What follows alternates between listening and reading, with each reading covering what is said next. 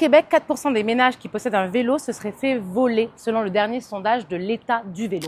Un vélo, ça peut coûter très cher comme très cher. Alors, pour éviter les vols de vélo et surtout pour se faire dédommager en cas de vol, il n'y a pas de secret, l'assurance. Avec le développement du vélo assistance électrique, puis aussi le développement des vélos cargo familiaux, un vélo peut facilement valoir 5 000, 8 000, 10 000, 12 000 en fait. Donc, c'est vraiment un outil qui vient remplacer une voiture. Puis, on le voit en Europe, il y a des compagnies d'assurance qui se vantent d'assurer plus de vélos que de voitures. Donc, en fait, c'est vraiment en train de se développer. En fait, l'idée, c'est d'appliquer à plus petite échelle les mêmes mesures que vous aurez prises pour protéger votre voiture.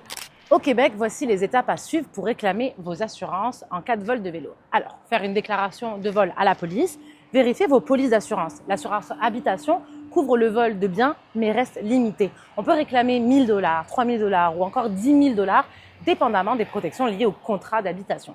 Sinon, ayez une assurance spécifique pour vélo. Souvent, c'est quand même avantageux pour un vélo électrique. Le montant des mensualités peut varier selon l'assureur, mais commence généralement autour de 50 $ par mois. Ce qu'il vous faudra, le numéro de rapport de police, une description détaillée du vélo, une preuve d'achat et si possible des photos du vélo. Une autre chose qui doit être faite pour protéger son vélo, c'est vraiment de bien le verrouiller. Donc, on utilise des cadenas de qualité.